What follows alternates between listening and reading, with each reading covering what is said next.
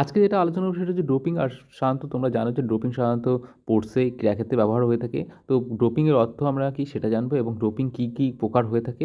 পরের ভিডিওতে আমরা জানবো যে বিভিন্ন যে ডোপিংগুলো আছে সেই ডোপিংগুলো ক্রীড়াবিদদের কী কী ইফেক্ট পড়ে, সাইড ইফেক্ট আছে সেই সম্পর্কে আলোচনা করবো। তো তোমরা লাইক, শেয়ার অ্যান্ড সাবস্ক্রাইব করতে পারো। আর তোমরা জানাতে পারো যে তোমাদের কোন ধরনের ভিডিও চাই। তো বলেছি যে ক্রীড়া দক্ষতা ও ক্রীড়াক্ষেত্রে উৎকর্ষতা যে প্রদর্শনের মাধ্যমে একজন ক্রীড়াবিদ কী হয়, শুধুমাত্র তার সাফল্যের চূড়ায় পৌঁছায় তাই নয়, সামাজিক এবং আর্থিক প্রতিপত্তি লাভের একটি প্রধান মাধ্যম হলো ক্রীড়া। যখন কোনো স্পোর্টসম্যান মানে যে কোনো ইভেন্টে পার্টিসিপেট করে এবং তখন কী হয়, যখন ফার্স্ট সেকেন্ড থার্ড হয় তাদেরকে একটা সম্মান দেওয়া হয়। এবং যদি অলিম্পিকে কেউ পার্টিসিপেট করে সে গোল্ড পায় তাহলে তার সম্মান পেল, সমাজে একটা স্বীকৃতি পেল এবং অর্থ মানে আর্থিক দিক থেকে একটি লাভবান হয়ে থাকে। আর এই যে বিপুল চাহিদা, মানে অর্থের একটা চাহিদা রয়েছে, তারপরে সামাজিক প্রতিপত্তি বা সমাজে একটা স্বীকৃতি, সম্মানের চাহিদা রয়েছে। এর জন্য ক্রীড়াবিদরা কী করে, যে নিজের পারফরমেন্সটাকে টিকিয়ে রাখার চেষ্টা করে। এই জন্য তারা কী করে, যে বিভিন্ন ধরনের ওষুধ সেবন করে থাকে। আর যেই ধরনের ওষুধ সেবন করে তাদের পারফরমেন্স বৃদ্ধি করে বা টিকে থাকে স্পোর্টসে, সেটাই হচ্ছে ডোপিং। তাহলে আমরা আরেকটু ভালোভাবে পড়ে নিই যে ক্রীড়া দক্ষতা এবং ক্রীড়াক্ষেত্রে উৎকর্ষতা প্রদর্শনের মাধ্যমে একজন ক্রীড়াবিদ শুধুমাত্র তার সাফল্যের চূড়ায় পৌঁছায় তাই না। সাফল্য চূড়া বলতে হচ্ছে গিয়ে যে হায়ার পারফরমেন্স, সেটা যে পারফরমেন্স প্রদর্শন করে সেটা। সামাজিক এবং আর্থিক প্রতিপত্তি লাভের একটি প্রধান মাধ্যম হলো ক্রীড়া। তাহলে ক্রীড়ার মাধ্যমে কী হচ্ছে, যে সাফল্যের চূড়ায় পৌঁছাচ্ছে, সামাজিক একটা স্বীকৃতি পাচ্ছে, আর্থিক মানে অর্থনৈতিক দিক থেকে একটা সাপোর্ট পাচ্ছে। তাই এই বিপুল সামাজিক চাহিদা, অর্থের টান, দীর্ঘদিন ক্রীড়াক্ষেত্রে টিকে থাকা বা সক্ষমতার চূড়ায় অবস্থান করার জন্য ক্রীড়াবিদগণ দক্ষতা বর্ধনকারী ঔষধ সেবন করে থাকে। তার ক্রীড়াবিদরা যে ধরনের ওষুধ সেবন করছে সেটা কি, দক্ষতা বর্ধনকারী ওষুধ সেবন করে থাকে বা তার পারফরমেন্স বৃদ্ধি করার জন্য ওষুধ সেবন করে থাকে। ক্রীড়াক্ষেত্রের প্রয়োজনে বা দক্ষতা বৃদ্ধি করার জন্য দক্ষতা বা উৎকর্ষতা বৃদ্ধিকারী ঔষধ ও প্রণালী ব্যবহার করার পদ্ধতিকে বলা হচ্ছে ডোপিং। তো অনেক সময় কী হয়, শুধু ওষুধ সেবন করে তাই নয়, কখনো যে ইনজেকশান আছে, অর্থাৎ যে যে পদ্ধতি আছে সেই পদ্ধতি, সেটা হচ্ছে গিয়ে ব্যান্ড করা হয়েছে যে ন্যাশনাল অ্যান্টি ডোপিং এজেন্সি দ্বারা, সেগুলোকে তারা ব্যবহার করে বা পদ্ধতি ব্যবহার করে তারা পারফরমেন্স বৃদ্ধি করে, সেটাকে বলা হচ্ছে ডোপিং। যে ডোপিং ব্যবহার প্রথম শুরু হয় সেটা হচ্ছে 1950 থেকে 1960 সালের মধ্যে। তার কারণ হচ্ছে ক্রীড়াক্ষেত্রে উন্নত এবং ফলদায়ক রাসায়নিক বস্তুর ব্যবহার বৃদ্ধি পেয়েছিল এই সময়।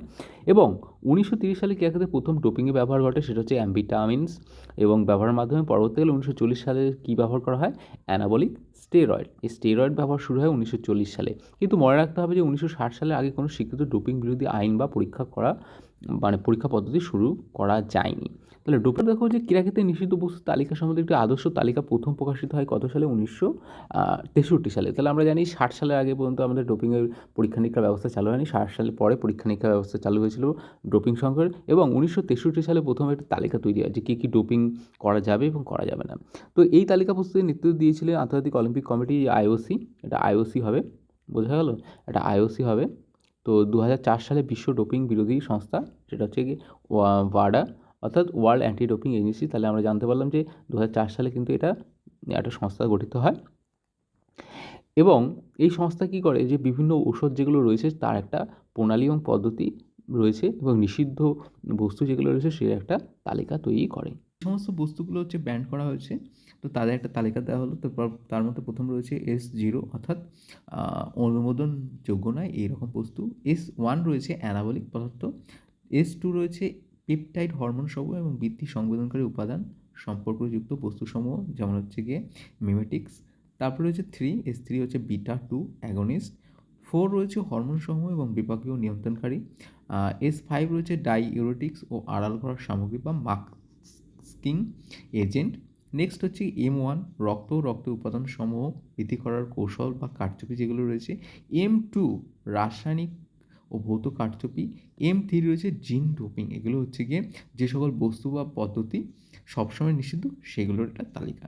নেক্সট এই যেটা রয়েছে সেটা হচ্ছে 2 বস্তু পদ্ধতি যেগুলো প্রতিযোগিতার সময় একমাত্র নিষিদ্ধ। তার যে মানে ক্যাটাগরি রয়েছে তার মধ্যে প্রথম রয়েছে হচ্ছে কি S6, অর্থাৎ স্নায়ু উত্তেজক যেগুলো রয়েছে, স্টিমুল্যান্ট, চেতনানাশক অর্থাৎ নার্কোটিক্স, সেটা হচ্ছে গিয়ে S7, এবং যেটা রয়েছে S8 হচ্ছে গিয়ে মাদক, হ্যাঁ, এবং S9 রয়েছে গ্লুকোকর্টিকয়েড যেগুলো রয়েছে। সেটা হচ্ছে গিয়ে যে সকল বস্তু বা উপাদান নির্দিষ্ট কিছু ক্রীড়াক্ষেত্রে নিষিদ্ধ। কিছু কিছু ক্রীড়াক্ষেত্রে এগুলো নিষিদ্ধ হয়ে থাকে, সেগুলো কি বলা হচ্ছে P1 অর্থাৎ অ্যালকোহল যেগুলো রয়েছে, আর P2 অর্থাৎ বিটা ব্লকার্স, এটা হচ্ছে গিয়ে নিষিদ্ধ।